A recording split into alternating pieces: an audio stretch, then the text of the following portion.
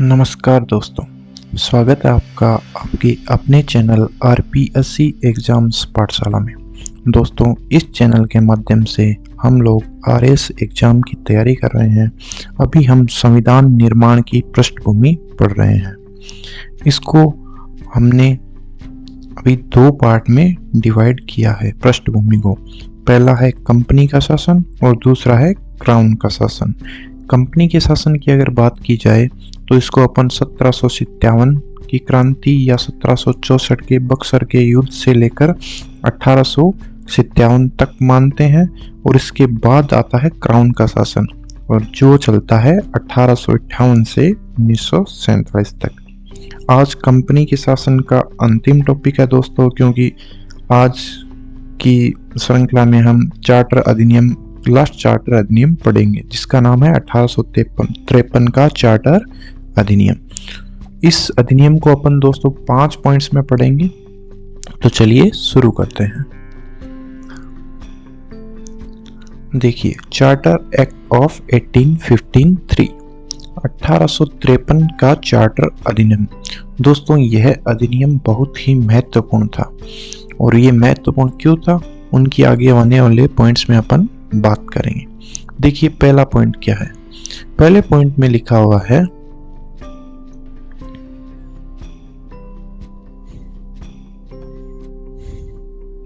पहला पॉइंट देखिए, 1793 से 1853 के दौरान ब्रिटिश संसद द्वारा पारित किए गए चार्टर अधिनियमों की श्रृंखला में यह अंतिम अधिनियम था। अभी तक आपने देखा, अपन ने भी सारे वीडियोस में पढ़ा पिछले में। पहले 1600 में चार्टर बनाया गया और कंपनी को भारत में व्यापार करने का एकाधिकार दिया गया। फिर भ्रष्टाचार के कारण 1773 में रेगुलेटिंग एक्ट लाया गया। उसके बाद तो एक्ट की लाइन ही लग गई। 1781, 1784, 1786, फिर आया 1793 का चार्टर। उसके ठीक 20 साल बाद 1813 का चार्टर। उसके ठीक 20 साल बाद 1833 का चार्टर, जो अपना लास्ट वीडियो था, और आज आया है 1853 का चार्टर अधिनियम। ठीक है, तो ये लाइन क्लियर हो गई आपको कि यह चार्टर अधिनियमों की श्रृंखला में अंतिम अधिनियम था। तो चलिए देखते हैं सेकंड पॉइंट। देखिए, ये बहुत इंपॉर्टेंट क्वेश्चन है, यहाँ से बहुत बार क्वेश्चन पूछा जा सका है। मैकाले आपने नाम सुना होगा, इसका उल्लेख इसी पॉइंट में है। देखो, इसने सिविल सेवकों को भर्ती एवं चयन हेतु खुली प्रतियोगिता व्यवस्था का आरंभ किया। इस प्रकार विशिष्ट सिविल सेवा भारतीय नागरिकों के लिए भी खोल दी गई, और इसके लिए 1854 में मैकाले समिति नियुक्त की गई। अगर आप खुली प्रतियोगिता व्यवस्था की हिस्ट्री जानो तो आपको पता चलेगा, और वैसे आपको पता ही है क्या, कि 1833 के चार्टर अधिनियम में भी बोला गया था कि खुली प्रतियोगिता द्वारा सिविल सेवक भर्ती किए जाएंगे, लेकिन किसके विरोध के कारण उसको नहीं माना गया? बताओ। देखिए, आपको बताया था मैंने पिछली बार, किसके विरोध के कारण? कोर्ट ऑफ डायरेक्टर्स के विरोध के कारण खुली प्रतियोगिता व्यवस्था को नहीं माना गया। लेकिन इस बार ब्रिटिश संसद मन बना चुकी थी, और उन्होंने क्या किया, 1854 में मैकाले समिति नियुक्त कर दी।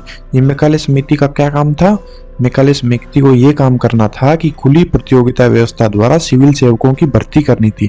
कुल मिलाकर भारतीय भी अब सिविल सेवा में जा सकते थे। ऐसा समाधान करना था किसको? मैकाले को। ठीक है, चलो देखते हैं तीसरा पॉइंट।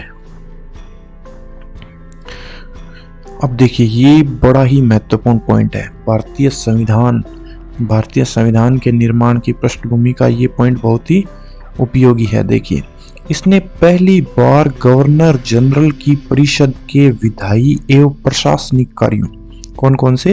विधायी एवं प्रशासनिक कार्यों को अलग कर दिया। अब देखो, अलग कैसे कर दिया, अपन थोड़ा हिस्ट्री में चलते हैं। मैंने आपको बताया governor general in council. Governor general in council में कौन कौन होता था? गवर्नर जनरल और उसके 4 सदस्य, और उन सदस्यों को मिलाकर क्या बोलते थे? परिषद। और वो सारे ब्रिटिश लोग होते थे। वो सारे कौन थे? ब्रिटिश लोग होते थे, और ब्रिटिश पार्लियामेंट उनको नॉमिनेट करती थी, और वो ही उनको हटा सकती थी। लेकिन अब देखिए क्या हुआ, इसके तहत परिषद में 6 नए पार्षद जोड़े गए। पहले 4 सदस्य थे, गवर्नर जनरल था। अब क्या हुआ, 6 नए पार्षद जोड़े गए। इनको क्या बोला गया, नए पार्षद।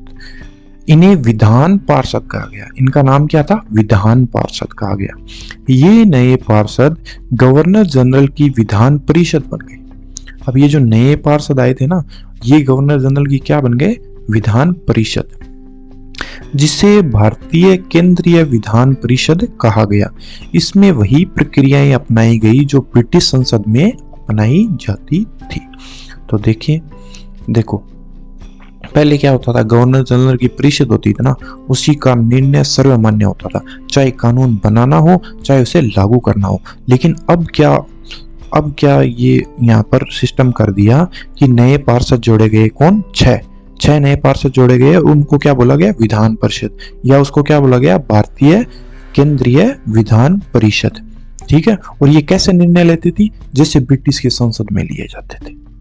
ठीक है, अब कानून बनाने का काम है भारतीय विधान परिषद का हो गया, और उसको एग्जीक्यूट करने का काम क्या था, गवर्नर जनरल की परिषद के बाकी सदस्यों का।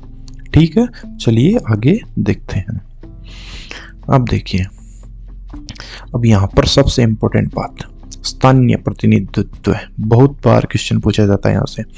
इन 6 नए सदस्यों में से 4 का चुनाव, 6 कौन से, विधान परिषद, विधान पार्षद, उन 6 में से 4 का चुनाव बंगाल, मद्रास, बंबई और आगरा की स्थानीय प्रांतीय सरकारों द्वारा किया जाना था।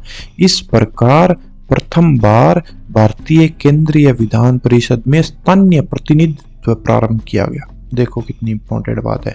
अभी तक शासन करने वाले कौन थे, सारे के सारे अंग्रेज थे। लेकिन अब पहली बार क्या किया गया, ये जो 4 प्रेसिडेंसियां थी, कौन सी, बंगाल, दूसरी कौन सी, मद्रास, तीसरी कौन सी, बंबई, और चौथी कौन सी, आगरा। इनमें से जो चुनकर प्रतिनिधि आते थे ना, जो मेन प्रतिनिधि आता था, उनको विधान पार्षद बनाया गया। 6 में से 4 तो वही लोग थे। तो कितनी बड़ी बात है। देखो, कानून बनाने का काम कौन करने लगे, भारतीय। और इसी के कारण क्या बोला गया, प्रथम बार भारतीय केंद्रीय विधान परिषद में स्थानीय प्रतिनिधित्व प्रारंभ किया गया। ओके, चलो देखते हैं नेक्स्ट पॉइंट। अब देखो, इसमें अभी तक अपन ने क्या देखा था, आपको पता ही होगा कि हर 20 साल में चार्टर रिन्यू हो रहा था। कब से, 1773 से। ठीक है, 1773 से फिर 20 साल के लिए 1793, फिर 1813, 1833 और 1853। लेकिन 1853 में क्या हुआ, देखो, इसने कंपनी के शासन को विस्तारित कर दिया। ठीक है, और भारतीय क्षेत्र को इंग्लैंड राजशाही के विश्वास के तहत कब्जे में रखने का अधिकार दिया, लेकिन पूर्व अधिनियमों की तरह समय सीमा निर्धारित नहीं की। अब देखो, पहले क्या किया था, 20 साल के लिए चार्टर रिन्यू किया और कंपनी को बोला तुम शासन करो, किसके नाम पे, ब्रिटिश क्राउन के। लेकिन अब क्या था, अब ब्रिटिश क्राउन चाहता था कि यहाँ पर सीधा हम ही अधिकार कर लें, और वो समय कब आया था, उसकी बात करेंगे वीडियो के लास्ट में। तो इन्होंने टाइमलाइन नहीं दी इस बार कि तुम्हें 5 साल करना है कि 10 साल करना है कि 15 साल कि 20 साल। इन्हें बोला कि तुम इंग्लैंड राजशाही के विश्वास के तहत शासन करो। कब से, 1853 से। ठीक है, इस प्रकार कोई भी समय सीमा निर्धारित नहीं की। और इस पॉइंट के साथ हमारा लेसन खत्म होता है दोस्तों। अगले लेसन में अपन पढ़ेंगे 1858 का भारत सरकार अधिनियम। अब हमारे इंपॉर्टेंट टॉपिक शुरू होंगे, जहाँ से डायरेक्ट क्वेश्चन पूछे जाते हैं। ये अभी तक अपन ने जितने भी लेसन पढ़े हैं वो हमारी समझ डेवलप करने के लिए थे। इनसे क्वेश्चन पूछे जाते हैं लेकिन कम मात्रा में। तो चलिए दोस्तों, गुड बाय, जय हिंद।